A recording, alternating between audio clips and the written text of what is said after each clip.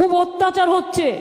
স্বরাষ্ট্র মন্ত্রকের নির্দেশে আসাম, গুজরাট, মহারাষ্ট্র, রাজস্থান, উত্তরপ্রদেশ, ওড়িশা এবং দিল্লি শাসিত ডাবল ইঞ্জিন সরকার, মানে যেগুলো বিজেপির সরকার আছে, এখানে বাংলার যারা মানুষ আছেন, যারা কাজ করতে গেছেন দীর্ঘ 20 বছর ধরে, 25 বছর ধরে, আমাদের সময় নয়, কেউ 6 সালে গেছে, কেউ 7 সালে গেছে, কেউ 8 সালে গেছে, তাদের রেশন কার্ড আছে, তাদের আধার কার্ড আছে, তাদের জমির পাট্টা আছে, কিন্তু তা সত্ত্বেও জোর করে তাদের ডিটেনশন ক্যাম্পে আটকে রাখা হচ্ছে এবং তাদের থানায় থানায় নিয়ে গিয়ে ঘোরানো হচ্ছে।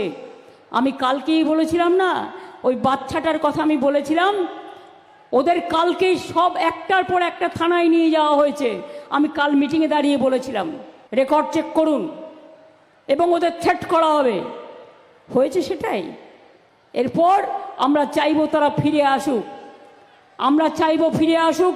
বাদ বাকিটা কে মিথ্যে বলছে আর কে সত্য বলছে সে তো সত্যি কথাই প্রমাণিত হয়ে যাবে। গুরগাঁওতে, হরিয়ানায় 10টা ডিটেনশন ক্যাম্প করেছে। আসামে লক্ষ লক্ষ মানুষকে ডিটেনশন ক্যাম্পে রেখে দিয়েছে।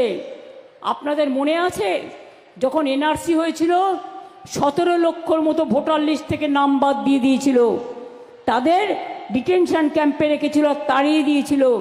তার মধ্যে 7 লক্ষ হিন্দুও ছিল, মুসলমানও ছিল, শিখও ছিল, খ্রিস্টানও ছিল, নেপালিও ছিল। মনে রাখবেন, ভুলে যাবেন না। আজকে প্রত্যেকে ভোটার লিস্টের নাম তুলবেন নতুন করে। নতুন করে ভোটার লিস্ট তোলার নামে এনআরসি চালু করার ব্যবস্থা করা হচ্ছে। মনে রাখবেন, বাংলায় আমরা একজনও ভোটার লিস্টের নাম তুলতে যেন বাদ না রাখি, এটা জেনুইন ভোটারদের মাথায় রাখতে হবে। সিল্কোর সিল্ক অ্যান্ড শাইন, যাতে আছে আর্গান অয়েল ও ওট প্রোটিনের গুডনেস, যা আপনার চুলকে রাখে হেলদি অ্যান্ড শাইনিং।